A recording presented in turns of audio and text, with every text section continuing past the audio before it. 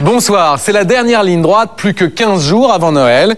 Et comme chaque année, pour la plupart d'entre nous, les 2 semaines qui viennent vont être consacrées aux achats de cadeaux et à la préparation du réveillon. Plus que jamais, aujourd'hui, Noël représente un véritable effort pour les Français. Au moment où le pouvoir d'achat est au centre de l'actualité, le budget consacré aux fêtes de fin d'année, lui, reste toujours très élevé. En moyenne, chaque famille dépense 556 €.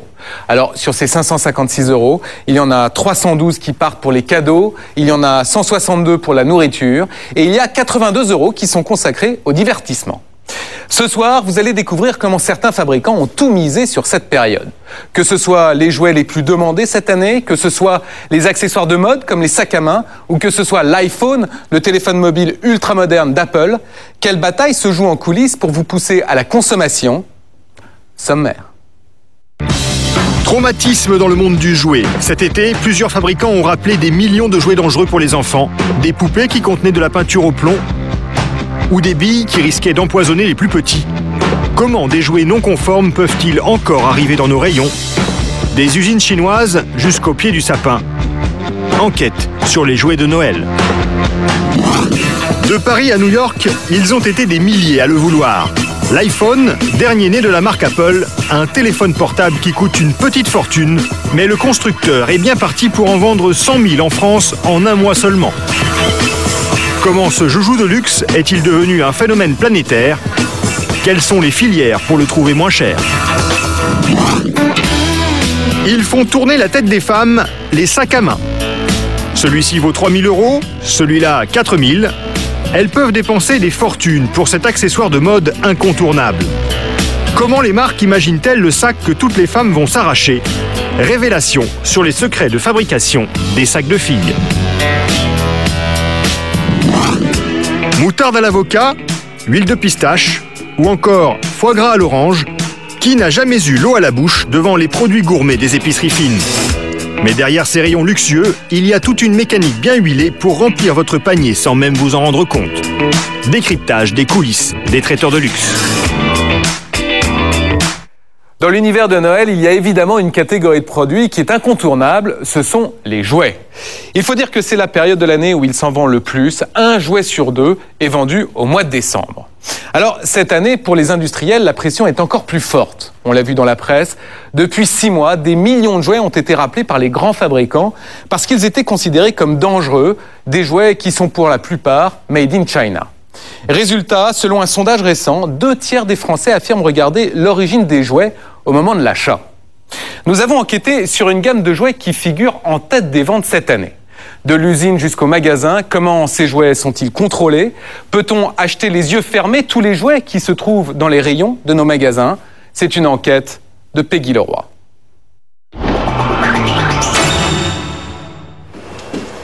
Quand on travaille dans l'univers du jouet, il y a des petits moments de récréation qui font du bien. Attention, c'est parti! Nous sommes dans une PME de Lyon, spécialisée dans les jouets high-tech pour les moins de 3 ans. Le patron s'appelle André Delors. Il dessine tous les jouets et il a un certain talent pour l'originalité. 7, 8, 9, 10. Ce Noël, son chouchou, c'est ce petit lapin qui joue à cache-cache. Par là, je souffle. Ça n'a l'air de rien comme ça, mais il a fallu 2 ans de travail pour le mettre au point. Par ici, par là. La carotte est cuite. Youpi! Je t'ai trouvé. Et dès la création, il y a une contrainte qu'André Delors ne perd jamais de vue, la sécurité. Bien. Déjà intuitivement, on est sur de la rondeur, donc c'est déjà intégré de manière naturelle. Bon, par exemple, là, si je prends cet exemple-là, là, on va peut-être se dire, là, j'ai mis un fil, on a une lumière là. Bon, si on approfondit l'analyse, on dit, là, il y a peut-être un problème de sécurité. Donc, peut-être qu'au final, il n'y aura plus de lumière. Et en ce moment, la sécurité des jouets tourne à l'obsession. Ce secteur traverse un véritable séisme qui fait la une de l'actualité. Madame, monsieur, bonsoir. Voici les titres de l'actualité de ce samedi 10 novembre. Les suites de cette nouvelle affaire de jouets chinois. Le mois dernier, ces petites perles de plastique recouvertes de peinture ont rendu malades des enfants qui les avaient ingérées en Australie. La société Aquaperle a fait rappeler tous ces jouets à travers le monde. La peinture s'avérait bien toxique. Quelques mois plus tôt, le numéro 1 du jouet dans le monde, Mattel, rappelait lui aussi certains jouets. Barbie, Batman, Polly Pocket. Là aussi, un problème de peinture, mais pas seulement. Certaines pièces sont trop petites et risquent d'être avalées par les enfants. Incriminée à chaque fois, la Chine, qui fabrique 80% des jouets vendus sur la planète. Comment les jouets que vous achetez sont-ils contrôlés? Qui est responsable de la sécurité? Des jouets non conformes peuvent-ils quand même arriver dans nos rayons? Retour à Lyon, dans notre PME française de jouets. En principe, quand on met au point un produit, il y a des règles drastiques à respecter, tout d'abord sur la forme. Ce petit lapin, par exemple, a dû resserrer ses oreilles pour devenir conforme. Qu'est-ce qui est la différence entre maquette et produit fini? Alors voilà, je vous montrerai rapidement. Voilà, ça c'est une maquette d'un nouveau produit de Jojo. Bon, on a dans sa main droite, un gabarit qui représente la bouche d'un enfant de moins de 3 ans. S'étrangler. Là, manifestement, vous voyez, l'oreille sort du gabarit, donc c'est pas bon. L'enfant peut le mettre au fond de sa gorge et il y a un risque d'étouffement. Donc là, on est dans le... au final, le produit final qui a été modifié, ajusté au niveau design, mais sans perdre les caractéristiques de Jojo, voilà. Donc là, le produit... Là, l'enfant ne peut pas mettre une des oreilles dans la bouche, c'est ça? Voilà, c'est plus, vous voyez, on a quand même une surface de... Voilà Et des règles de sécurité, il y en a des classeurs entiers. À chaque fois, il s'agit de respecter des grands principes qui pourront être vérifiés lors de tests. Jojo cache-cache. En laboratoire, la résistance au feu est chronométrée. Un jouet doit être solide pour ne pas être disloqué en petits morceaux qui pourraient être avalés par les enfants. Les matières du jouet sont aussi analysées. Ces substances chimiques ne doivent pas dépasser un certain taux de métaux lourds. Et au bout du compte, le fabricant peut lui-même apposer ces 2 lettres, CE, conformité européenne. Mais aucun organisme public ne fait de contrôle systématique pour savoir si le fabricant a respecté tous ces critères. Même s'il n'y est pas obligé, André Delors fait lui tester tous ses jouets par un laboratoire indépendant. Mais comme la plupart des professionnels du jouet, sa chaîne de production se trouve à des milliers de kilomètres en Chine. Hi, Canis. Is weather okay in China? Mais alors comment la fabrication se passe-t-elle sur place? Les entreprises françaises qui font venir des jouets de Chine sont-elles sûres de la sécurité? L'une des meilleures ventes de ce Noël, c'est cet hélicoptère d'intérieur commandé par Infrarouge. Didier Carreras commercialise ce jouet Made in China et il s'en frotte les mains.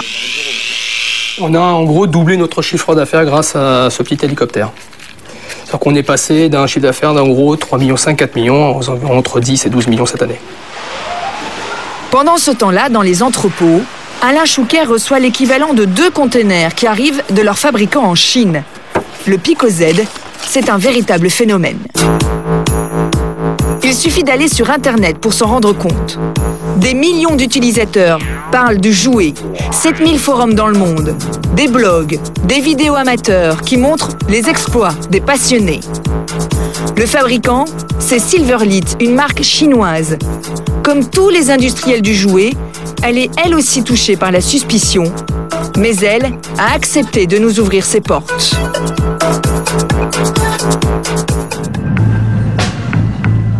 12 heures d'avion. Nous sommes en Chine populaire, à 2 heures de voiture de Hong Kong. Alain Chouquet et Didier Carreras font le voyage au moins 3 fois par an. Et dans la région du jouet en ce moment, un occidental ne rentre pas facilement dans une entreprise chinoise. L'usine de leur fabricant, la voici, à Dongguan. Les Français sont reçus par le grand patron de Silverlit, Kevin Choi. Il dirige une des plus grandes marques chinoises de jouets et il est ravi dans ce contexte de nous montrer qu'il met le paquet sur la sécurité. Rien n'est négligé. D'abord, comme dans un hôpital, protection des semelles. Ensuite, un passage obligé dans une espèce d'ascenseur. En fait, c'est un aspirateur à poussière. Son coût, 90 000 $. Trop de saleté dans l'air et les puces électroniques fabriquées ici pourraient être endommagées.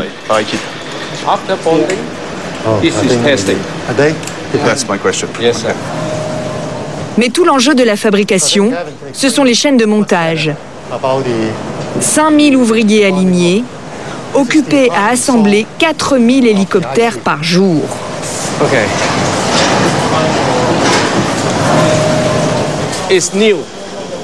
Regardez, ce mécanisme est nouveau.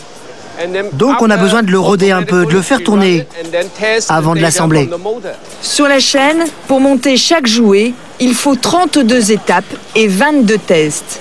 Un contrôle toutes les 2 opérations. En même temps qu'on mettait au point le produit, on mettait au point la ligne de fabrication. Du coup, toute la procédure, tous les tests de qualité sont intégrés à la chaîne de montage. Et Kevin Choi multiplie les exemples pour nous convaincre que tout va bien chez lui. Il tient absolument à nous montrer cette petite trouvaille qui garantit la sécurité du jouet. Regardez ces batteries par exemple. On les teste toutes. Dans la batterie, on a mis une petite boîte de contrôle pour la protéger. Parce que si le voltage est trop élevé, la batterie peut exploser. Et si ce voltage n'est pas stable, ça peut aussi détruire la batterie. Ça nous a posé beaucoup de problèmes. Et en plus, la batterie est au lithium. Alors si elle n'est pas correctement rechargée, elle risque de mal fonctionner. En fin de chaîne, une ouvrière place une des toutes dernières pièces avec les 2 lettres CE, conformité européenne. Cela paraît incroyable, mais c'est parfaitement légal. Le fameux logo est mis en Chine sur un jouet qui sera vendu dans nos rayons. Mais Kevin Choi veut devenir un grand nom du jouet. Alors il a ouvert au sein de l'usine son propre laboratoire de test. Cela lui a coûté 500 000 $. Ici, il contrôle des articles prélevés de façon aléatoire sur les chaînes. Sur la télécommande, par exemple. Crash test pour vérifier qu'elle résiste bien au choc. Ou bien court-circuit pour s'assurer qu'elle ne surchauffe pas. Cerise sur le gâteau, Kevin Choi demande au Bureau Veritas, un des 6 laboratoires agréés par la Commission européenne, de vérifier une 3e fois la sécurité de ses jouets. Voici le certificat du Pico Z. Il est conforme aux exigences des normes européennes. Au total, ces précautions représentent 25% du prix d'un jouet. Kevin Choi peut donc jouer tranquille, sous l'œil médusé de ses ouvriers. Alors que la Chine est dans le collimateur pour la sécurité de ses jouets, M. Choi estime qu'il est épargné parce qu'il n'a pas à sacrifier ses prix. Je pense que la plupart des sous-traitants sont obsédés par le profit et les coûts. Et comment concilier coûts et profit? Nous sommes une marque. On essaye de garder notre place sur le marché. On suit la réglementation en matière d'importation. Et au final, on est obligé de penser aux consommateurs. Et ce qui l'énerve en ce moment, c'est ça. Voilà juste une petite partie des boîtes qu'on a trouvées. Il est en procès contre 46 sociétés. Son hélicoptère est concurrencé par des clones vendus jusqu'à 3 fois moins cher. Honeybee, Ryder, Pocket, Miniature-Copter, aucune marque connue. Kevin Choi estime que certaines de ces entreprises ont rogné sur la sécurité de leurs jouets et il tient à nous le montrer. Vous voyez, ils ressemblent vraiment aux nôtres. Ils ont copié exactement notre produit. Mais ils n'ont pas protégé le circuit de la batterie. Il va comparer devant nous les deux batteries au lithium et il va d'abord mettre la sienne à l'épreuve. Allez, je provoque un court-circuit. En cas de court-circuit, la batterie de M. Choi ne chauffera pas au-delà de 25 degrés. Celle de son concurrent, en revanche, va monter jusqu'à 106 degrés. C'est plus chaud encore que de l'eau bouillante. Elle aurait peu de chances d'obtenir l'agrément d'un laboratoire officiel. 105. Mais quand on veut acheter ces jouets qui concurrencent ceux de M. Choi, quelle garantie de sécurité les fabricants peuvent-ils fournir? Nous sommes en caméra cachée dans la même région. Nous avons demandé à Alain Chouker, l'importateur français, de se faire passer pour un acheteur à la recherche d'un hélicoptère à prix cassé. Et quand il demande aux vendeurs chinois s'ils ont des certificats de conformité, la réponse est loin d'être claire. Test. Vous avez des tests sur la sécurité des jouets, comme les circuits électriques? J'en ai besoin. Oui, on peut les faire. Tu es sûr qu'on peut les faire? De toute façon, il faudra les faire. Hein. On sent un certain flottement. Et pourtant, le logo CE est déjà appliqué sur la boîte. Sur le plan de la sécurité, impossible de savoir ce que valent ces hélicoptères-là. Mais alors, qu'en est-il de ceux qui sont vendus dans nos magasins en France? Retour à Paris, dans les grandes enseignes spécialisées dans le jouet. Nous sommes allés voir quel type de mini-hélicoptères sont vendus dans les rayons. Voilà, c'est Pico Z. Donc c'est cette ici, on ne trouve que le Pico Z. On en vend des tonnes. Nous sommes allés voir dans un autre magasin. Ici, c'est la même chose. En un an, 100 000 boîtes sont parties et on ne trouve que ce modèle de mini-hélicoptère. Chez un troisième spécialiste, le Pico Z est toujours là, mais à côté, surprise, il y a un autre hélicoptère. C'est un produit qui est de petite taille, qui est télécommandable, qui s'utilise en intérieur et qui est très maniable. Deux pales, un modèle hyper léger, une télécommande infrarouge, comme le Pico Z. Mais il est vendu 5 € moins cher. Alors offre-t-il les garanties nécessaires aux normes européennes? Pour le savoir, nous sommes allés acheter 6 hélicoptères pour les faire tester.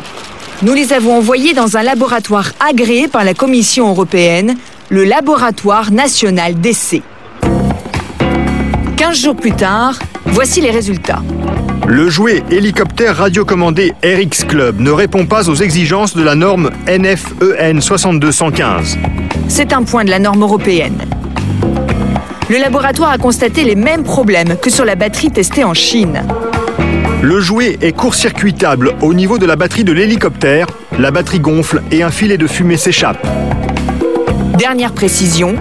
Toutes les parties mobiles et électriques sont accessibles suite à l'essai de préconditionnement. En clair, le cockpit s'arrache trop facilement, un enfant pourrait toucher la batterie et se brûler. Un deuxième laboratoire agréé a confirmé ces résultats. Nous sommes allés voir le responsable de la chaîne de magasins qui commercialise en exclusivité le petit hélicoptère rouge. Bonjour. Bonjour. Nous lui demandons s'il a en sa possession des certificats de conformité aux normes européennes pour ce jouet. Il nous présente 2 rapports de test que lui a envoyé son fournisseur. Seulement voilà, ce n'est pas le certificat du bon hélicoptère. L'hélicoptère testé n'est pas le même que celui vendu dans son magasin. Notre interlocuteur constate lui aussi une différence. Vous voyez, là il n'a rien à voir. Mais il n'y a que la carrosserie qui change. La carrosserie, mais aussi la télécommande, la taille, les pales sont différentes. Il aurait fallu faire un autre test. Alors, pourquoi n'a-t-il pas pris cette précaution? Ce n'est pas à moi de faire les tests. j'ai un fournisseur qui fait tous les tests et qui me garantit que c'est valable. Je m'en assure par les papiers qu'il me donne. Partant de ça, je n'ai pas à faire un contre-test. Je le fais. Et en effet, légalement, ce n'est pas le distributeur qui est responsable de la sécurité d'un jouet, mais l'importateur. Lyon, c'est là que se trouve l'entreprise qui importe l'hélicoptère. Son responsable, Richard Gautruche, est un homme connu dans le monde du modélisme. Quand on lui demande ses certificats de conformité de l'hélicoptère, il nous présente les mêmes rapports que nous avons déjà vus chez le distributeur. Seulement voilà, ces rapports concernent un hélicoptère beaucoup plus gros et la différence est flagrante. Comme je vous l'ai dit, le composant électrique à l'intérieur. Les composants électriques seraient les mêmes dans le petit ou le gros hélicoptère, selon le fabricant chinois. Et Richard Gautruche lui a fait confiance. Nous lui montrons alors les résultats de notre test réalisé au Laboratoire national d'essai et qui conclut à une non-conformité. Je peux que constater maintenant. Richard Gautruche est étonné et il ne prend pas le problème à la légère. Bon, etc. Vous me dites qu'il y a un problème. Je suis pas fou. Je me retourne vers le fabricant, je traite le problème. Parce que s'il y a problème, il y aura évidemment d'un côté sanction vis-à-vis du fabricant, mais de l'autre côté action. Parce qu'il n'est pas question qu'on mette sur le marché des produits qui ne soient pas conformes. Après notre entretien il y a 5 jours, M. Gautruche a décidé d'envoyer lui-même un mini-hélicoptère pour le faire tester dans un laboratoire agréé. Voici le résultat. Cette fois-ci, le court-circuit ne peut pas se produire. Le RX Club satisfait à la norme européenne relative à la sécurité des jouets électriques. Cela veut dire que d'un hélicoptère à l'autre, la qualité de la production en Chine n'est pas constante. Et ce genre de mésaventure peut arriver à n'importe quel fabricant, même au plus grand. Tout le problème, notamment pour les importateurs comme M. Gautruche, est de repérer les jouets défectueux. Et c'est sur le port de Hong Kong que l'on mesure le mieux l'ampleur de la tâche. La plupart des jouets qui seront vendus en France à Noël partent d'ici. À leur arrivée en Europe, seuls 3% de ces containers seront ouverts, contrôlés et testés à la frontière.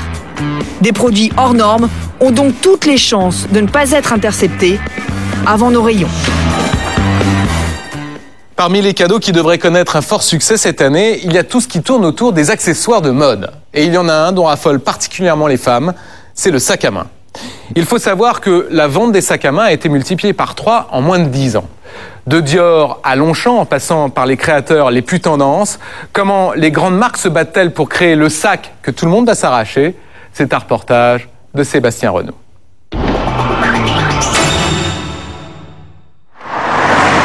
Neuilly-sur-Seine, banlieue chic de Paris. Françoise et sa fille Laura ont une passion commune. Alors ça, c'est votre sac de tous les jours? Oui, c'est mon sac du mois. Françoise essaye de changer de sac tous les mois et dans son dressing, elle a une collection impressionnante. Voilà. Ils sont tous rangés là. Bien protégés dans leur housse, Françoise va les sortir les uns après les autres. On est par terre, non par terre? Oui, bah déjà je vais... Et 10 minutes plus tard, 17 sacs de luxe étalés sur le lit. Balenciaga, 800 €. Bottega Veneta, 3000 €. Gucci, environ 4000 €. Miu Miu, Fendi. Valeur Fendi, totale, plus de 30 000 €. Un trésor cher au cœur de Françoise. Si je ne devais en prendre qu'un. C'est vrai, c'est comme si vous me demandiez de choisir un de mes enfants. En réfléchissant bien, Françoise arrive quand même à choisir le plus beau, le sac Kelly de Hermès, au moins 5000 €. Je suis allée à la maternité pour accoucher de mon premier enfant. J'ai pris mon sac Kelly avec moi, que mon mari venait de m'offrir. Et donc, il a accueilli mon fils dans ma vie. Et la passion des sacs, apparemment, c'est génétique, puisque Laura, elle aussi, a commencé sa collection. Elle en a 5, et voici celui qu'elle préfère. Ça, c'est le classique, le Vanessa Bruno, que j'ai trouvé très joli sur des filles dans le collège ou quelque chose comme ça. Et comme il était simple, j'ai demandé qu'on me l'achète pour mon anniversaire. Une mère et sa fille touchées par une maladie très contagieuse, la folie du sac à main. Car le sac n'est plus un simple accessoire, il est devenu incontournable. Toutes les formes, toutes les matières, toutes les tailles. À la fin des années 90, Dior, Vuitton, Gucci, 3 marques de luxe lancent le bal du sac à main. Dans les magasins, les ventes explosent, des dizaines de marques se partagent le marché et tout rêve d'une seule chose, décrocher le jackpot. On l'appelle le hit bag, le sac que toutes les femmes rêvent d'avoir. Il y a 2 ans, c'était le modèle 24 heures de Gérard Darel. L'année dernière, Vanessa Bruno vendait plus de 100 000 exemplaires de son sac à paillettes. Des réussites qui font pâlir d'envie. À la poursuite du hit bag, secret de fabrication et succès commercial, enquête sur le business du sac des filles.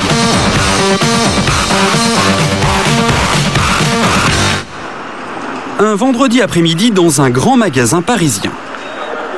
En ce moment, les fashion victimes se concentrent dans ce rayon. Car cet hiver, le hit bag se trouve ici. Sobrement baptisé Légende, il est à l'entrée du stand et il coûte cher.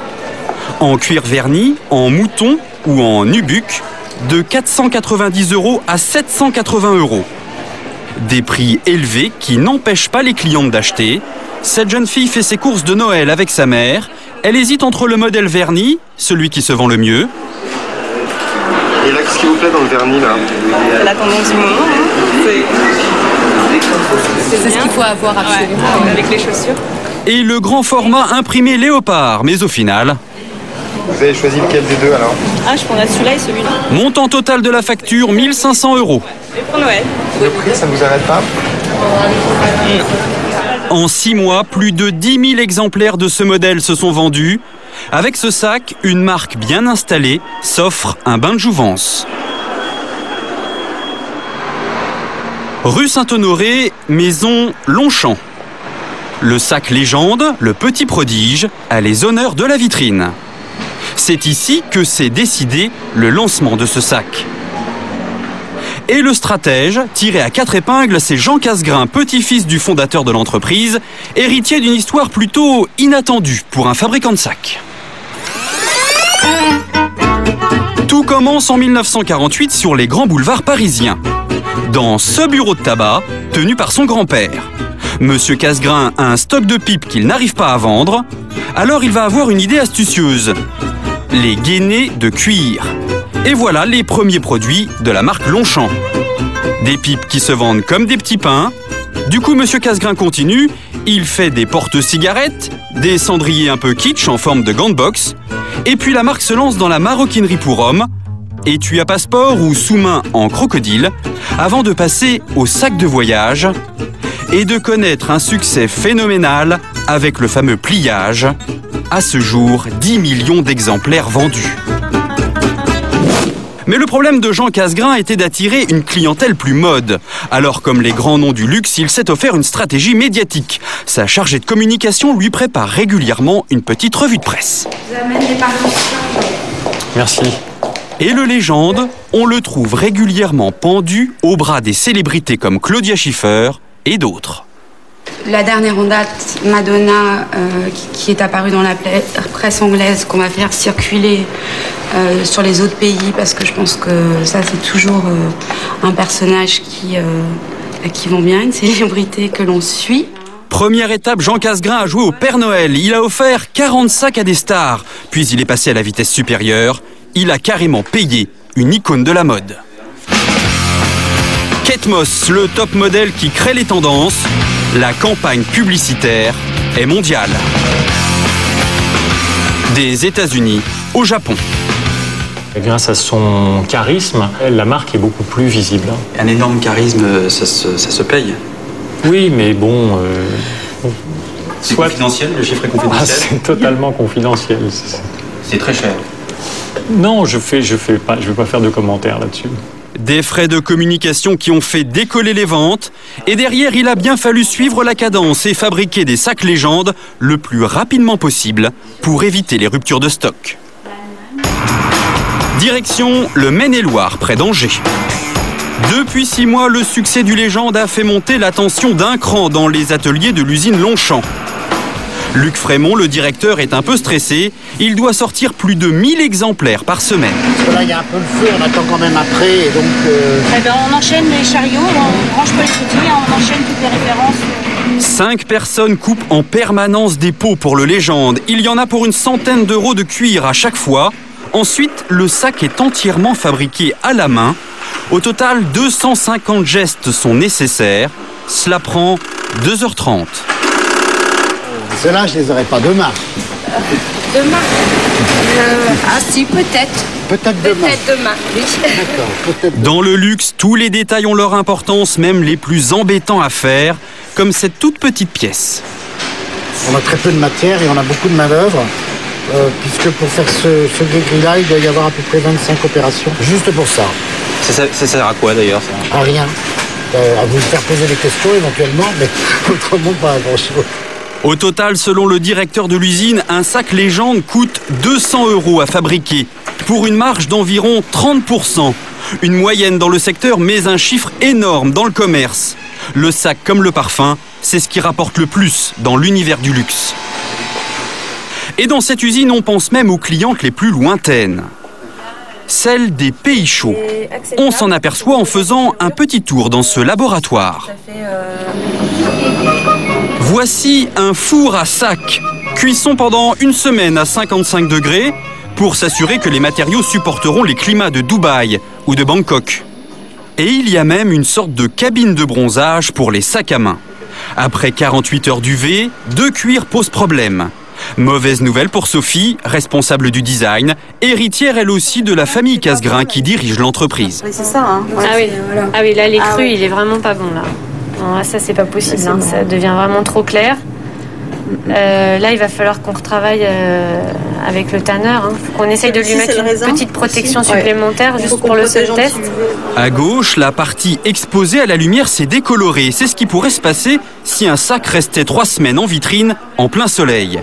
L'usine doit assurer face au succès du sac à la mode, mais tout l'enjeu c'est de penser déjà à son avenir pour le faire durer le plus longtemps possible. Retour au siège de la marque. Dans le secret, on imagine déjà les petits frères du sac Légende pour l'hiver prochain. C'est là que nous retrouvons Sophie, directrice artistique de la marque. Bon, on fait notre petite réunion. On va regarder les nouvelles couleurs. Donc on sort nos légendes. Ouais. Pour elle et son équipe de stylistes, c'est l'heure du choix entre toutes les déclinaisons possibles du sac Légende. Dans ces cartons, en provenance de l'usine, des prototypes qui vont être passés au crible. Ah, le gris, il est sympa. Hein. Tiens, c'est trop mignon, on dirait un petit lingot d'or là. Parmi tous ces sacs, Sophie doit maintenant retenir ce qu'elle préfère. A priori, les tendances de la saison prochaine seront la fourrure, et côté couleur, le prune et l'or. Pas mal, hein. Comment on décide que c'est une couleur phare, ça? Alors là, nous, c'est tout le travail qu'on a fait en amont sur la collection, avec toutes nos recherches de tendances, tous les salons qu'on a pu faire. On croise plusieurs tendances et se dégage souvent une couleur principale, une ou deux, il y a plusieurs pistes. Mais il faut quand même un 6e sens quand les tons sont très proches. Là, il fait un peu plus caramel, il est plus chaud. Ouais, d'un autre côté, celui-là, avec ceux-là... Voilà. Le coloris est presque mieux là, mais le cuir, il est tellement beau que c'est quand même sympa dans ce cuir-là. Ouais, ce veau souple, il est vraiment super. Adjugé pour celui-là, le marron verni, lui, ne verra jamais le jour. Au final, voici la sélection de Sophie. Du vernis, du veau naturel, 13 versions différentes. Seulement voilà, un second tri va se faire. Et c'est son père, Philippe Casgrain, le président de Longchamp, et son frère Jean, qui vont s'en charger. Sophie va devoir convaincre les hommes de la famille. Les couleurs? Non, mais c'est bien. Et après, le tout, il y a beaucoup de propositions. Après, il faut choisir. C'est toujours de choisir. Ah, tu vas pas nous en enlever, hein? On les veut toutes, nous. On a déjà fait une grosse sélection, là. Ouais. Voilà, il y en a trop? Il y en a trop, il y en a déjà d'autres. En plus, il y a toutes les existantes qu'on reconduit, etc. Donc, au total, ça fait quand même pas mal. Donc, il y a toujours des moments où on est obligé de faire des choix. Comme un petit... Et certaines couleurs posent problème. On a du canard. Là, c'est la couleur un peu plus... Le bleu, Monsieur Casgrain n'est pas fan. Il est joli comme bleu, mais... Il vous plaît pas? Là, c'est plus difficile à vendre. Le choix est fait pour 2008, avec le même rêve pour tous les fabricants, prolonger indéfiniment le succès d'un modèle et rejoindre au firmament les étoiles indémodables du sac à main. Le Lady de Dior, 12 ans de succès. Et surtout, l'imbattable, le sac Kelly de Hermès. En hommage à l'actrice Grace Kelly, cela fait plus de 50 ans qu'il se vend. Alors, de nombreux créateurs se lancent à la poursuite du hit bag. Et face aux grosses machines, des petits nouveaux jouent les troubles fêtes. Quartier de la Bastille, à Paris. Cheveux en bataille, parka verte, casque de moto. Il s'appelle Jérôme Dreyfus et c'est ici qu'il travaille. Salut, ça va? Une petite entreprise. Atelier, entrepôt, 6 salariés seulement. Et pourtant, ne vous fiez pas aux apparences, Jérôme, à l'allure un peu babacool, est devenu un sérieux outsider dans le secteur du sac à main. Il en a vendu 10 000 l'année dernière. Pochette ou grand format, autour de 550 €. Voici Robert, Tom ou Billy. Jérôme les baptise. Un peu d'humour pour séduire ses clientes. Et son inspiration, Jérôme la trouve dans sa vie quotidienne. Ah, ma femme perd tout. Donc j'ai fait un portefeuille, on peut mettre les billets d'avion, là, les passeports, les billets d'embarquement. Et puis comme il y a toujours un enfant ou quelqu'un qui veut aller s'acheter à manger, on défait le zip, là. Et moi je garde les billets d'avion et ma femme prend les sous pour aller s'acheter des bonbons. Mais on perd plus rien. Ouais, tous les sacs sont conçus comme ça, ils ont tous une petite astuce. En moins de 5 ans, Jérôme Dreyfus s'est taillé une réputation dans le sac à main. Mais il avait déjà un sérieux bagage. Le voilà il y a 7 ans. Il n'a que 25 ans, un petit surdoué du prêt-à-porter. On le surnomme l'enfant terrible de la mode. Jérôme habille les stars, Naomi Campbell ou Britney Spears. Seulement voilà, les stars, elles ne payent jamais leurs vêtements. Financièrement, Jérôme ne s'en sort pas. Il met la clé sous la porte et il pressent que fabriquer des sacs à main sera beaucoup plus rentable. Avec 1 000 € en poche, il repart de zéro. Dans son atelier, pas de bureau de style, pas de spécialiste sur les tendances de la mode. C'est Jérôme qui fait tout. C'est les balbutiements de la prochaine collection, c'est-à-dire que je mets les idées. Là, j'ai déjà pas mal avancé, donc je suis en train de dessiner assez précisément les sacs qu'on va faire. Ensuite, à même le sol, Jérôme réalise sa première ébauche. Il fait des expériences, mais il lui arrive de faire fausse route. Par exemple, là, j'ai mis un passant qui m'empêche d'ouvrir mon sac. J'y ai pas pensé en mettant mon passant. Jérôme travaille en tâtonnant, mais une autre de ses marques de fabrique, ce sont des cuirs qui viennent de très loin. D'ailleurs, il les choisit lui-même. Et ce matin-là, avec Stéphanie, son bras droit, il a rendez-vous avec un spécialiste des cuirs exotiques. Laurent Miller, négociant en peau. Sa boutique est un peu en chantier, mais c'est pourtant ici que Jérôme va dénicher une perle rare. Une peau de crocodile particulièrement élaborée. Ce qui est très beau, si tu veux, c'est qu'à la fois tu as un produit souple et en même temps brillant. Quand tu le vois, tu dis le croco brillant, c'est un produit hyper classique, ringard, sécos. Et là, par le process de tannage qui est utilisé, tu as un produit qui est à la fois souple et brillant. Une peau très chère aussi. Le prix se calcule au centimètre de large. Une peau comme ça qui fait donc 52 cm, c'est une peau qui vaut grosso modo 1300-1400 €. La peau. Un prix tout simplement exorbitant. On n'est plus du tout dans le rationnel. Quand on veut s'acheter un sac en croco, on va pas regarder le prix. On va regarder le modèle, c'est un coup de cœur, c'est un frisson quand on voit son sac et on va l'acheter quel que soit le montant. Le frisson, Jérôme l'a eu.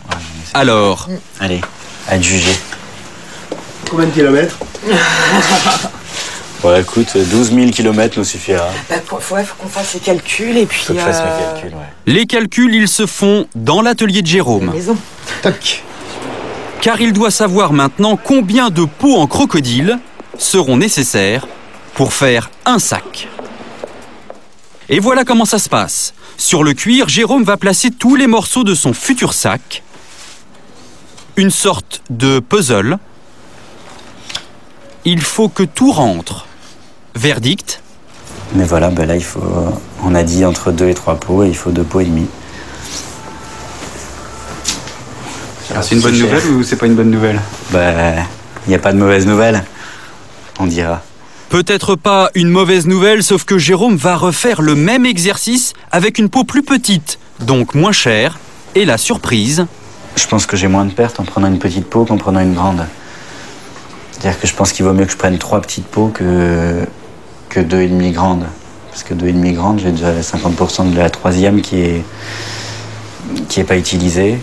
Pour une question d'argent, Jérôme va choisir de commander 3 petites peaux. Dernière étape pour être tout à fait sûr.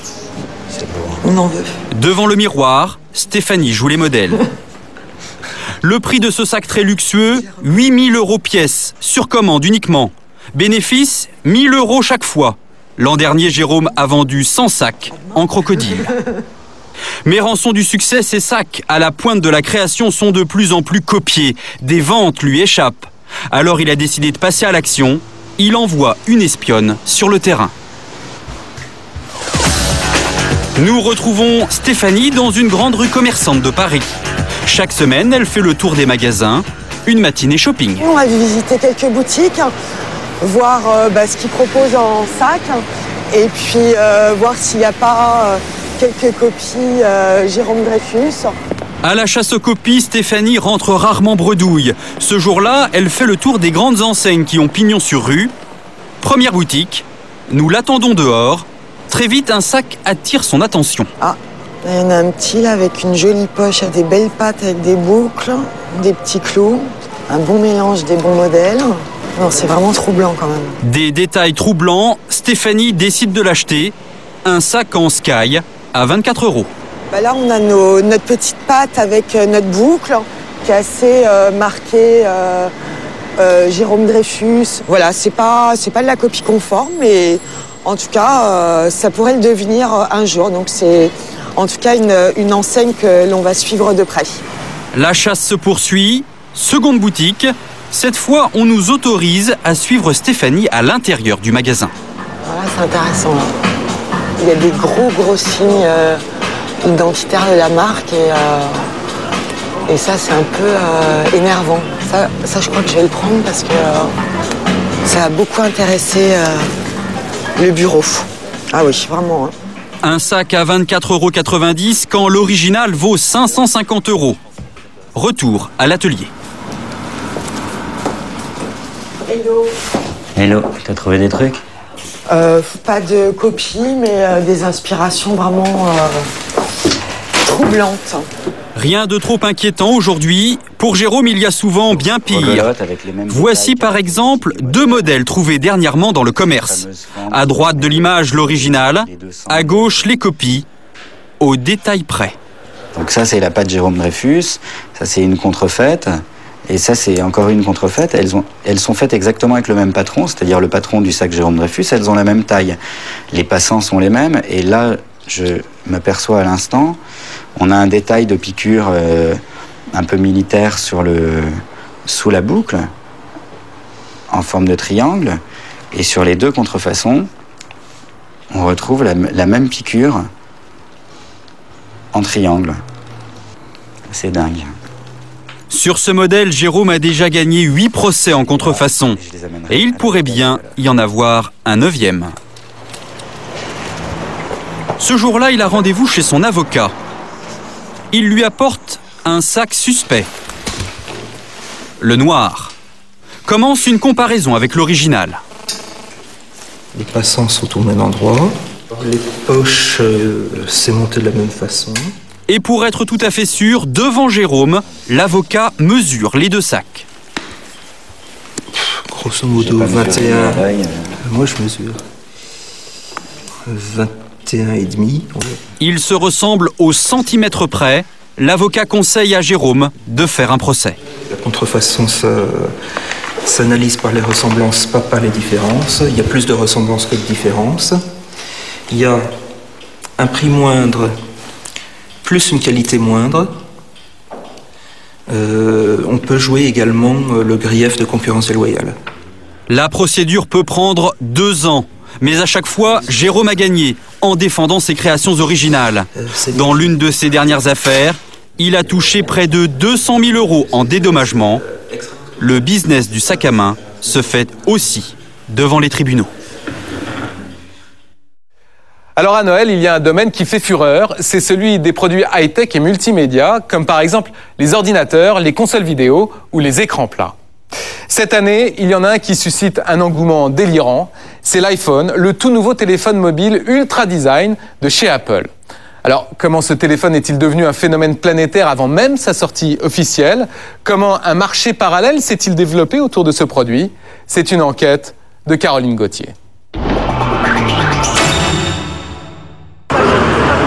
Ce soir-là, sur les Champs-Élysées, ils sont plus de 2000 à affronter le froid depuis des heures.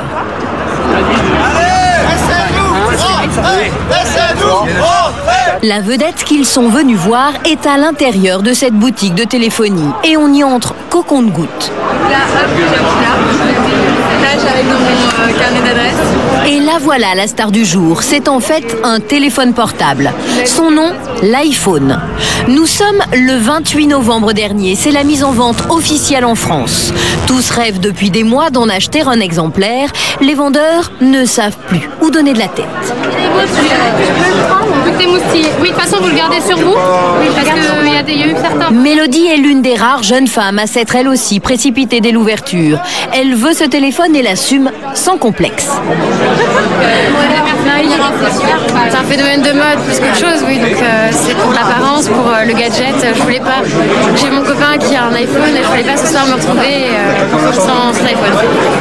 En revanche, certains ne réalisent pas encore que le grand jour est enfin arrivé, comme des mômes émerveillés devant leur cadeau de Noël. C'est pas vous qui l'ouvrez? Je suis déçu là, j'aurais bien voulu l'ouvrir moi-même. Allez-y monsieur, Merci. faites-vous plaisir. C'est mon petit plaisir. Le Graal, enfin. Thibaut découvre l'iPhone pour la première fois. Il le touche, le manipule un peu comme un objet sacré, et pour cause. C'est un gros achat quand même. Très gros, ouais. J'économise depuis les vacances d'été. C'est en réserve sur un compte exprès pour la date de sortie de l'iPhone. Au chaud. Donc, voilà. Vous auriez pu attendre quelques jours encore pour l'avoir. L'iPhone, un téléphone portable de luxe à 400 € avec abonnement. 2 fois plus cher que le budget moyen des Français pour leur mobile. Ce soir-là, il s'en est vendu plus de 600 dans cette boutique des Champs-Élysées. Il n'y a pas qu'en France que ce téléphone suscite un tel engouement. Depuis près de 6 mois, l'iPhone déclenche la même frénésie d'achat dans tous les pays où il est sorti, comme ici, en Allemagne, mais aussi en Grande-Bretagne ou encore aux États-Unis.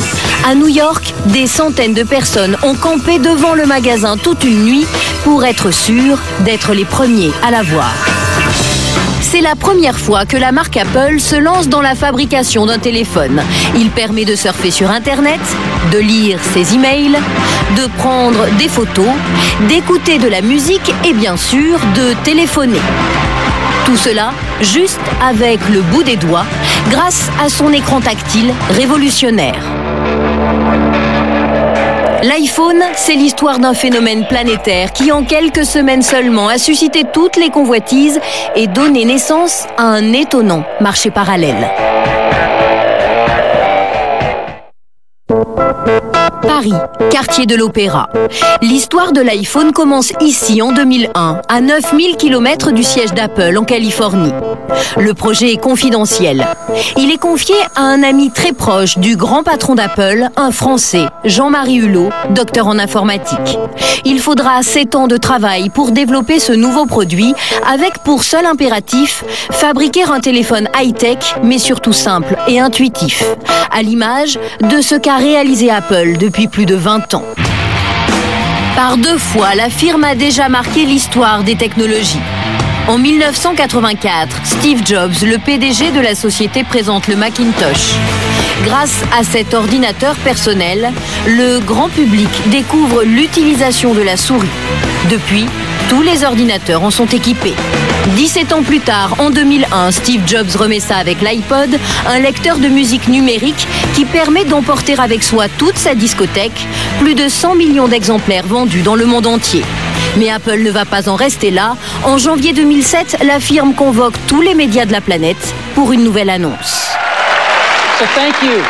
Ce jour-là, Steve Jobs remonte sur scène, seul, tel une rockstar. Welcome to Macworld. Face à lui, 4000 personnes en attente d'une grande révélation. Des salariés de la société, des fans d'Apple et aussi des journalistes venus du monde entier. Steve Jobs est conscient que ce qu'il va annoncer va faire date. Il ménage ses effets. This is a day I've been looking forward to for 2.5 years. Dans la salle ce jour-là, Walt Mossberg. Ce chroniqueur du Wall Street Journal est l'un des journalistes les plus influents des États-Unis dans son domaine, les nouvelles technologies. Même un spécialiste comme lui ne savait pas à quoi s'attendre. Il y avait deux sortes de rumeurs. Certains pensaient qu'il allait annoncer un iPod avec un grand écran tactile, d'autres que c'était un téléphone portable. S'il y a de telles interrogations, c'est parce que Steve Jobs et ses équipes entretiennent le suspense. Olivier Frigara, journaliste spécialisé lui aussi, le ressent dès son entrée dans la salle. On se dit il va se passer quelque chose. Et tout le monde nous dit, les gens d'Apple nous font des clins d'œil, ça va être du jamais vu.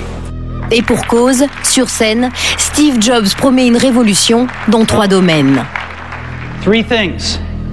A widescreen iPod with touch controls, a revolutionary mobile phone, and a breakthrough Internet communications device. Il a bien travaillé le garçon. Il n'y a pas de notes, il n'y a rien, il n'y a pas de prompteur. An iPod. Et il répète. A phone. And an Internet communicator. An iPod. A phone. Are you getting it? Tel un gourou, Steve Jobs sait rendre la salle hystérique. These are not 3 separate devices. This is one device. And we are calling it iPhone. Après l'iMac, l'iPod, voici donc l'iPhone. Un téléphone révolutionnaire pour des raisons technologiques, mais pas seulement. Car Steve Jobs a un plan pour faire de cet objet une machine à gagner bien plus d'argent que n'importe quel autre fabricant de mobiles. Il veut toucher une commission sur chaque communication passée avec. Apple et Steve Jobs avaient en tête un nouveau modèle économique pour son iPhone. C'est-à-dire que non sellement le produit est révolutionnaire, mais on va révolutionner la manière dont les constructeurs de téléphones vont négocier avec les opérateurs. Je veux, monsieur Orange, monsieur Bouygues ou monsieur SFR, que vous me reversiez tous les mois sur les communications passées avec mon iPhone 30% de la facture de votre client. Apple veut donc percevoir 1/3 du prix des communications passées avec son iPhone. C'est la première fois au monde qu'un constructeur de portables réussit à imposer de telles conditions à un opérateur téléphonique. En général, un fabricant de téléphone doit supplier les opérateurs pour qu'ils vendent son téléphone. Parfois, il faut même que le fabricant les paye pour ça. À chaque iPhone vendu, Apple touche de l'argent de l'opérateur. C'est un pacte avec le diable parce que le téléphone est bloqué. Un téléphone verrouillé, voilà donc la ruse imaginée par Steve Jobs. Il a bloqué son appareil pour qu'il ne fonctionne qu'avec un seul opérateur dans chaque pays où il est vendu. AT&T aux États-Unis, O2 en Grande-Bretagne, T-Mobile en Allemagne et pour la France, Orange. Tous ont accepté de lui reverser de l'argent sur les communications passées avec l'iPhone. Seulement voilà, tout ne va pas se passer exactement comme Steve Jobs l'avait espéré. New York, 29 juin 2007, l'iPhone est mis en vente en Amérique. Sous les applaudissements des vendeurs d'Apple, les clients ressortent en brandissant triomphalement leur joujou. Un lancement parfaitement orchestré, 200 000 ventes en une seule journée. Mais parmi ces premiers acheteurs ce jour-là, il y a tous les passionnés de nouvelles technologies, tous les accros de l'informatique. Pour eux, cet iPhone verrouillé sur un seul opérateur représente un immense défi que vient de leur lancer Steve Jobs. Le PDG d'Apple ne va pas tarder à s'en apercevoir. Un garçon de 17 ans est devenu un héros ce soir. 2 mois après la sortie de l'iPhone aux États-Unis, toutes les télés américaines s'arrachent un invité qui ne paye pas de mine. Il s'appelle George Hotz, il a 17 ans. Il vient de réussir un exploit, être le premier à casser les codes de verrouillage mis en place par Apple. Pourquoi avez-vous décidé de débloquer l'iPhone? Vous vouliez être le premier? En fait, j'avais rien décidé. Je suis allé dans un magasin avec un copain pour en acheter un. J'en voulais vraiment un. Et mon copain, il est chez AT&T. Il était là, ouais, super, ça marche. Et moi, je suis chez T-Mobile et je pouvais pas m'en servir, alors j'ai décidé de le débloquer. George Hotz s'enferme dans sa chambre et ventre son iPhone, coupe des fils, fait des soudures, puis le reprogramme avec un logiciel spécial. Après 500 heures de manipulation et autres bidouillages, le petit génie de l'informatique a vaincu les ingénieurs d'Apple. Son téléphone fonctionne enfin avec son propre opérateur. Et il s'en vante dans cette vidéo sur Internet. Voilà, je vais appeler chez moi. Non, je vous montre.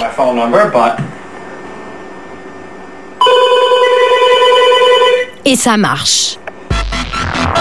Sa méthode n'est pas à la portée de tous, mais ses révélations vont faire l'effet d'un coup de tonnerre. Désormais, l'iPhone fonctionne avec n'importe quel opérateur. Paris, 20e arrondissement.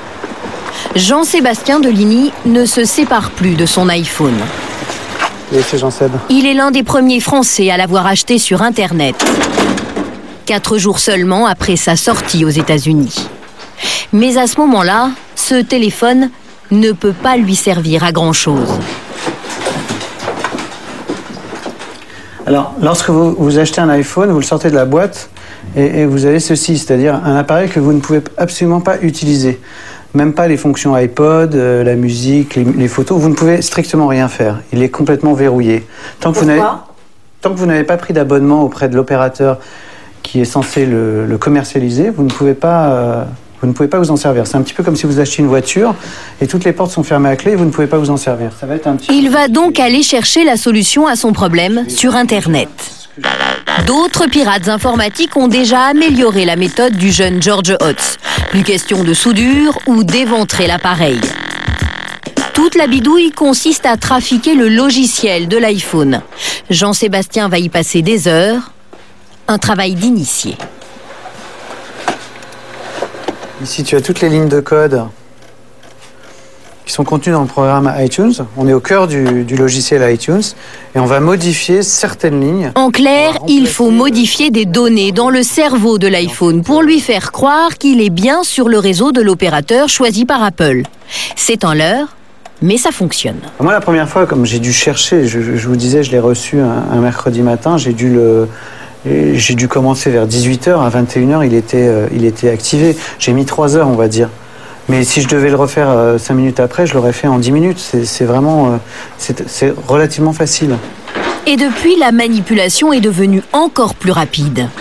Voilà, la procédure, en gros, c'est ça. Il ne faut que quelques minutes pour faire sauter tous les verrous de l'iPhone, enfin, à la condition d'être tout de même très pointu en informatique. Slide to unlock. Mon téléphone est activé. Voilà comment une poignée de pirates informatiques a réussi à casser l'exclusivité entre Apple et les opérateurs. En France, c'est Orange qui a signé cette exclusivité. C'est pour ça qu'ils étaient si nombreux devant la boutique des Champs-Élysées le jour du lancement, le 28 novembre dernier. Car en principe, on ne peut trouver l'iPhone que dans les magasins de cette marque. Enfin, en principe seulement. Car grâce aux pirates informatiques, tout un marché parallèle s'est mis en place. Pour s'en rendre compte, il suffit de faire un tour boulevard Barbès à Paris, le quartier de la téléphonie. Presque toutes ces boutiques vendent l'iPhone débloqué. Face à notre caméra, personne n'a accepté de nous répondre, car pour vendre cet iPhone, ils remettent en cause la notion d'exclusivité entre Orange et Apple. Par crainte de poursuite, ils préfèrent rester discrets. Nous avons donc utilisé une caméra cachée pour connaître les conditions de vente de l'appareil. J'ai vu là que vous aviez l'iPhone en avant-première. C'est-à-dire C'est-à-dire que ça fait déjà 2 mois qu'on le vend. Ouais. Et voilà. Ah ben, ça nous intéresse, on était justement à la recherche. Ah ben le voilà. Pour preuve, le gérant nous montre son propre téléphone. Comment ça se passe, il est débloqué? Ouais, ils sont des SIM bloqués en français. Ouais. Et vous en avez en stock? Ouais, il m'en reste encore, je peux encore en avoir pour demain. Pour demain, là, il n'est pas encore dispo? Donc ça part super vite. Et alors après, la question, c'est le prix. Il est à 749 pour le moment. 749 €, un prix fou pour un téléphone portable. Merci. Certains ont même réussi à le vendre encore plus cher. 999 € dans ce supermarché de Meurthe-et-Moselle. Mais d'autres ont vite compris qu'il y avait plus à gagner en le vendant beaucoup moins cher. Depuis plusieurs semaines, Warren Barthès, jeune PDG de 25 ans, défie Apple et Orange. Il dirige une société d'une 30aine de personnes. Comment ça se passe ce matin? Hein, Jennifer? Très bien. Cela fait 2 ans et demi qu'il vend des portables sur Internet. Depuis quelques semaines, il propose l'iPhone débloqué avec abonnement lui aussi, mais chez des opérateurs concurrents d'Orange. Et il n'a pas besoin de leur autorisation pour le faire. Ça nécessite aucun accord. Encore une fois, l'abonnement et le téléphone sont 2 choses distinctes. Nous vendons des mobiles, à la fois avec abonnement et sans abonnement. Vous avez l'autorisation pour ouvrir des lignes au compte de l'opérateur, Bouygues Télécom et autres. Là, nous couplons l'iPhone. Ça veut dire que vous achetez des forfaits en gros aux opérateurs qui ne savent pas avec quel téléphone vous allez pouvoir le lier? Exactement. Et à chaque fois qu'il vend un mobile à un nouvel abonné, l'opérateur lui verse une commission. C'est cette commission qui lui permet de proposer tous ses téléphones moins chers. Warren Barthès applique également ce système à l'iPhone. Voilà pourquoi il parvient à l'afficher 100 € de moins que chez Orange. Sous 48 heures, donc avant vendredi, vous l'avez chez vous. Mais acheter un iPhone débloqué comporte tout de même un risque. La société Apple a déclaré qu'elle n'assurerait pas la garantie et les mises à jour pour ces appareils-là. Pour Warren Barthès, comme pour tous les autres revendeurs, le plus compliqué, c'est en fait d'approvisionner son stock. Où et comment les commerçants de ce marché parallèle se procurent-ils leurs iPhones? Retour aux États-Unis. Près d'1,5 million d'iPhones ont déjà été vendus dans tout le pays. Et s'il s'en est vendu autant, si rapidement, c'est parce que tous les iPhones du marché parallèle viennent d'ici. Ils sont achetés dans les boutiques Apple, le plus normalement du monde. Ensuite, ils sont débloqués et revendus aux grossistes du monde entier. Ce sont eux qui fournissent les revendeurs français. Alors, pour lutter contre ce marché parallèle, Apple a mis en place des mesures inédites. Pas plus de 2 iPhones par personne et il faut obligatoirement les payer par carte bancaire. Mais apparemment, ça n'a pas suffi. La preuve, dans le quartier touristique de Times Square. On trouve un peu partout des iPhones débloqués et c'est même un argument de vente. Nous nous sommes rendus dans l'un de ces magasins en caméra cachée pour comprendre comment c'est encore possible. Dans celui-ci, le patron a trouvé la parade pour se fournir encore en iPhone malgré les restrictions d'Apple. Oh, je peux en acheter 10. Comment je fais? Mon fils, ma femme, mon autre fils, moi.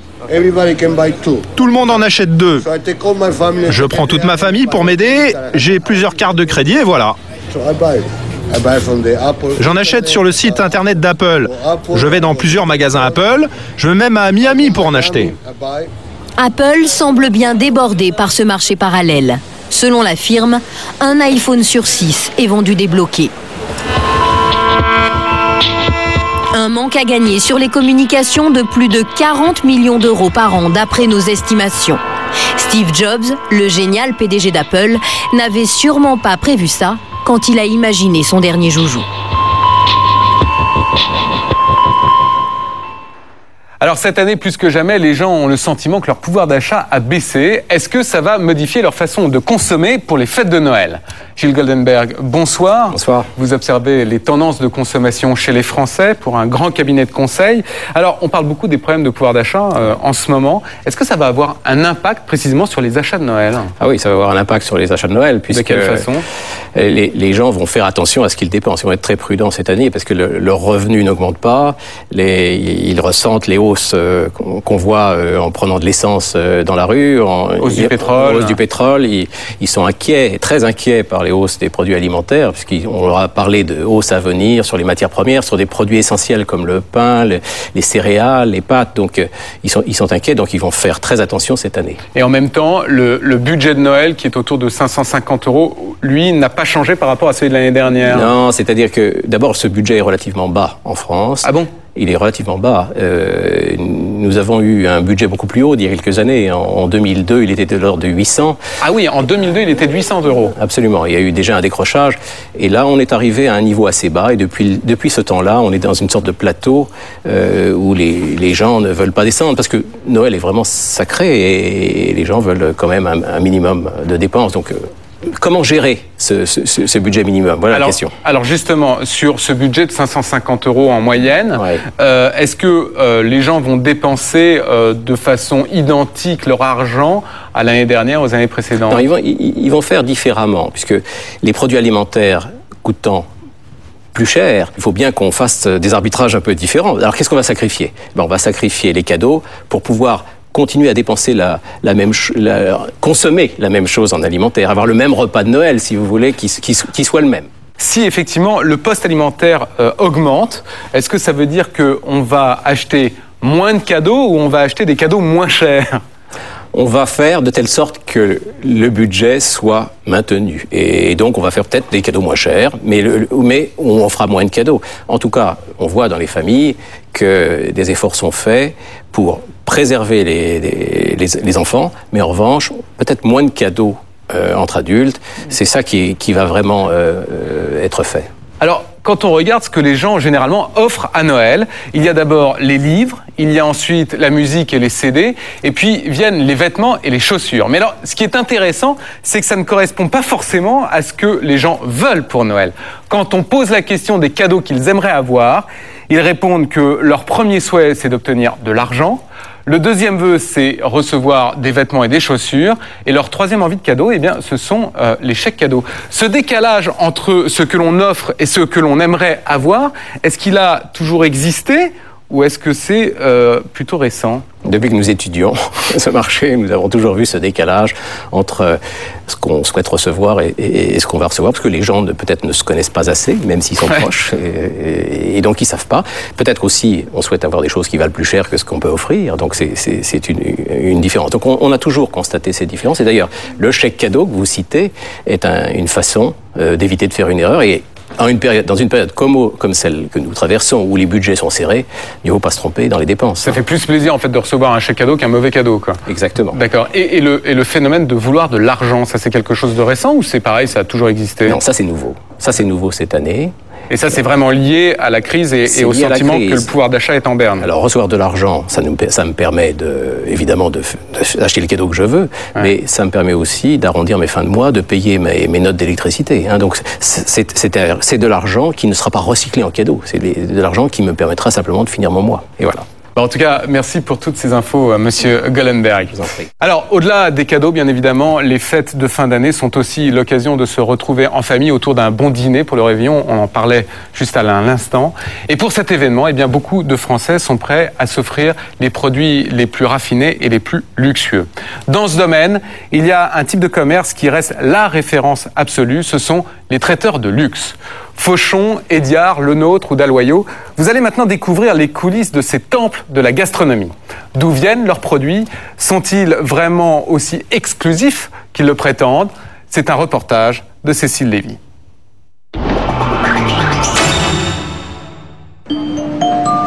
Décoration stylisée pour vendre des fruits. Sommelier pour faire déguster les vins. Madame? Merci. Attraction touristique. Bonjour, bienvenue. Pour les voyageurs du monde entier. Nous sommes dans l'épicerie fine la plus ancienne de la capitale. Et à l'approche des fêtes de Noël, c'est l'effervescence. Au mois de décembre, les ventes sont 4 fois plus importantes que d'habitude. Ici, les clients viennent chercher les denrées les plus rares parmi 6000 produits venus du monde entier. Je trouve le café que je préfère, qui vient du Harar, une belle province d'Éthiopie. Tous les ans, j'achète ici un poivre très spécial. Je suis chef cuisinier en Angleterre et à chaque fois que je viens, je rapporte avec moi. Parce que vous n'en trouvez pas en Angleterre ? Nulle part ailleurs. Cette rareté se paie. Des produits minimum 20% plus chers que dans le commerce traditionnel. Et les prix de certains articles peuvent même atteindre des sommets, selon leur histoire ou leur provenance, comme au rayon thé. Le plus beau d'entre eux, qui est un très beau thé vert de Chine et qui est une cueillette impériale. Et c'est un thé qui n'est fait que de bourgeons. Un thé entièrement cueilli à la main et qui était jadis réservé à l'empereur de Chine. Et donc ça coûte 700 € le kilo. Autrement dit, un sachet de 100 grammes revient à 70 €. 70 € les 100 grammes, c'est 25 fois plus cher qu'un thé classique. Et le magasin s'est aussi spécialisé dans les fruits hors saison.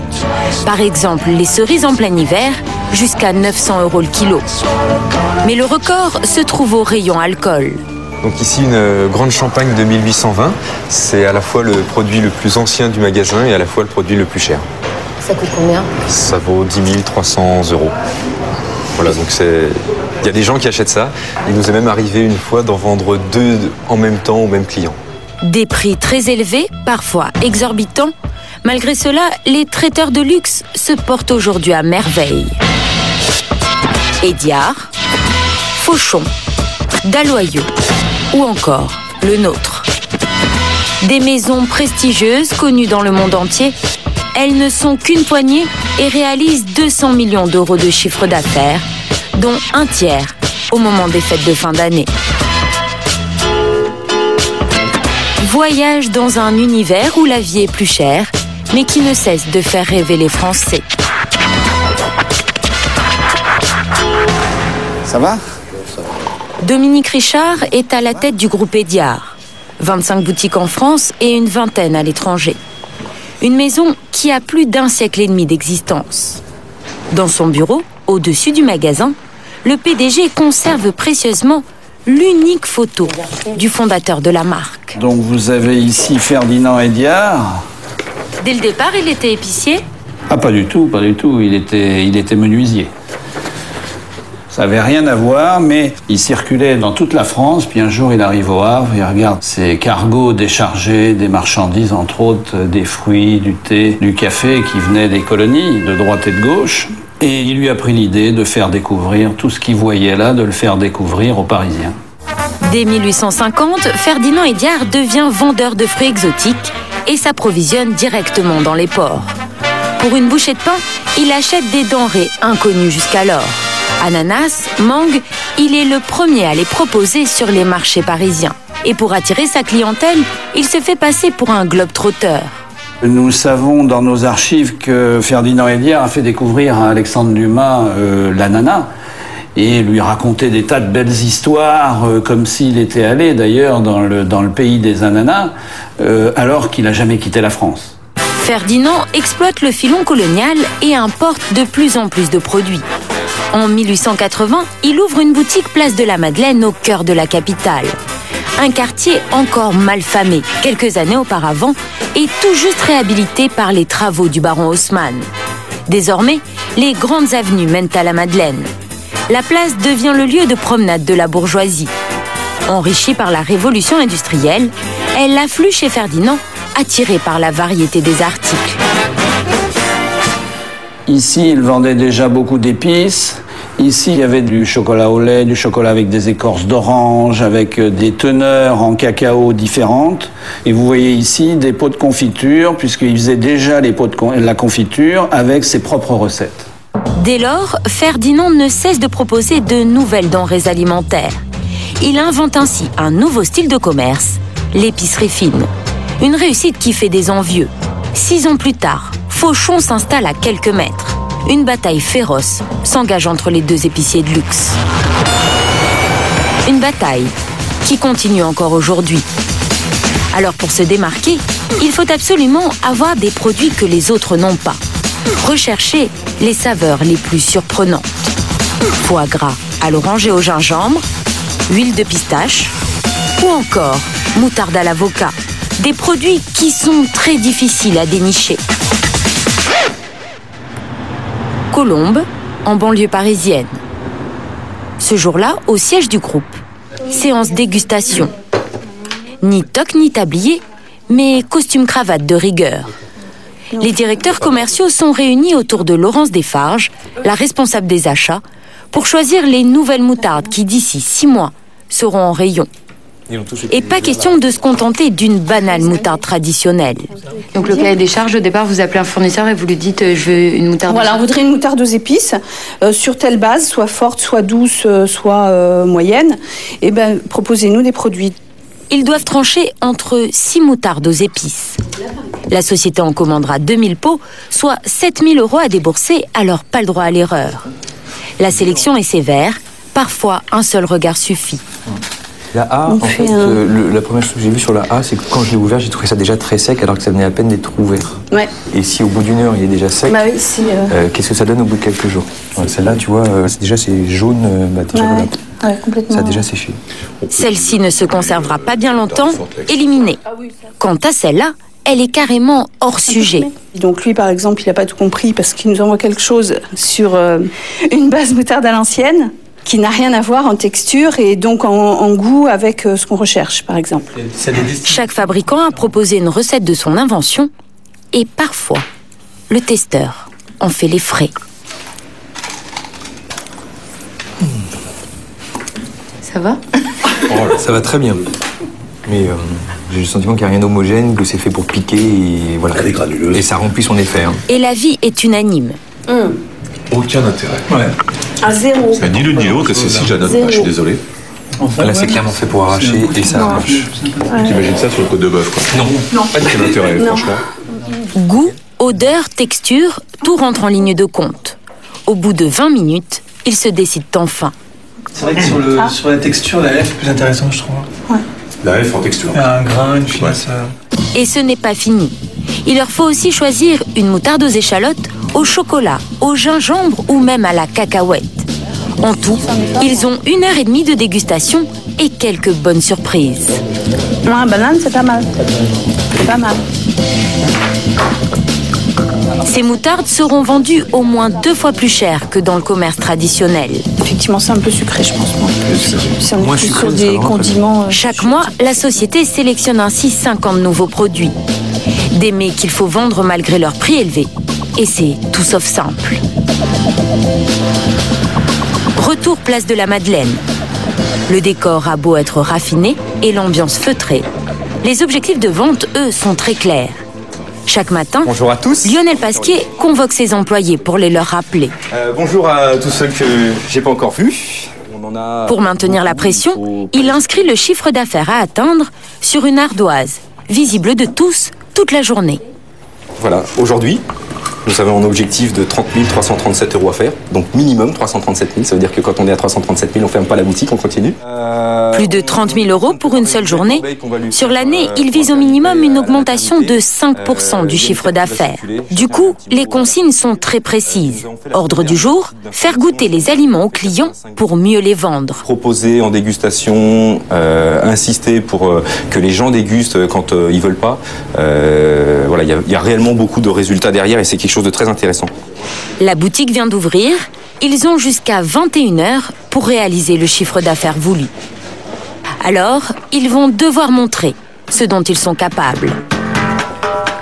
Tanguy Lib travaille ici depuis 3 ans.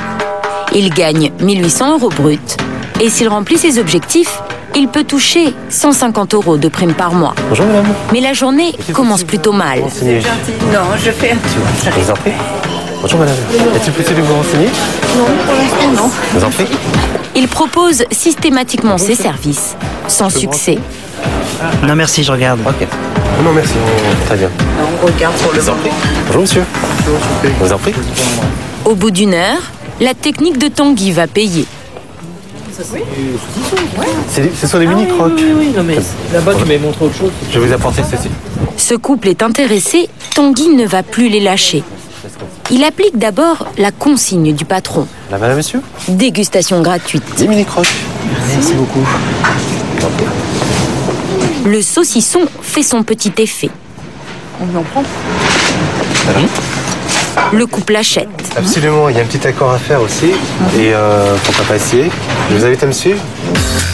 Puisque ça marche, Tanguy ne s'arrête pas là. Avec le saucisson, il va aussi proposer le vin.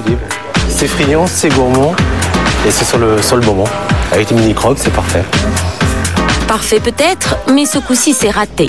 Tanguy ne lâche pas l'affaire. Je laisse goûter. Tiedi. Merci. Après l'apéro, le dessert, le Christmas pudding. Tiedi, c'est parfait. Mais là encore, peu de succès. Le couple finit par arrêter son choix sur une spécialité de la maison, un coffret cadeau. Un peu de blanc, un peu de foie gras, une petite confiture de figues, le tout pour 105 €. Une belle vente pour Tanguy, il les a suivis pendant une demi-heure jusqu'à leur passage en caisse. Vraiment enchanté, à bientôt et bonne journée. Merci, au revoir. Ce jour-là, près de 1000 clients vont acheter des produits dans le magasin.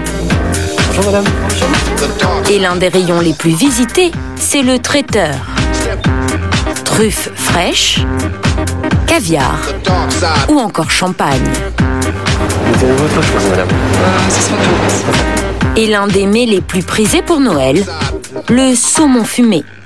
Ici, pas question de se contenter d'un produit classique. La marque a décidé de mettre le paquet sur une variété encore peu connue de la clientèle.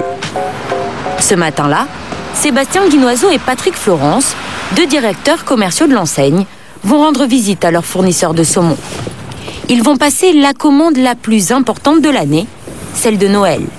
Il y en a pour 37 000 €. Bonjour Christian. Ça va? Ça va bien. Donc avec combien de tranches? 4 tranches. Ce qui les séduit d'abord, c'est ce saumon sauvage, que l'on reconnaît à sa couleur très pâle. Plus la chair est claire, meilleur il est. J'aime bien ce goût d'iode aussi, il est quand même, c'est le saumon fumé généralement le plus marin. Ils vont en prendre près de 700 kilos. Mais très vite, leur attention se porte sur un nouveau produit. Il ne se présente pas en tranche fine, mais en pavé, rectangulaire. C'est la partie centrale du poisson, la plus charnue. On appelle ça du cœur de filet. 91 € le kilo en boutique.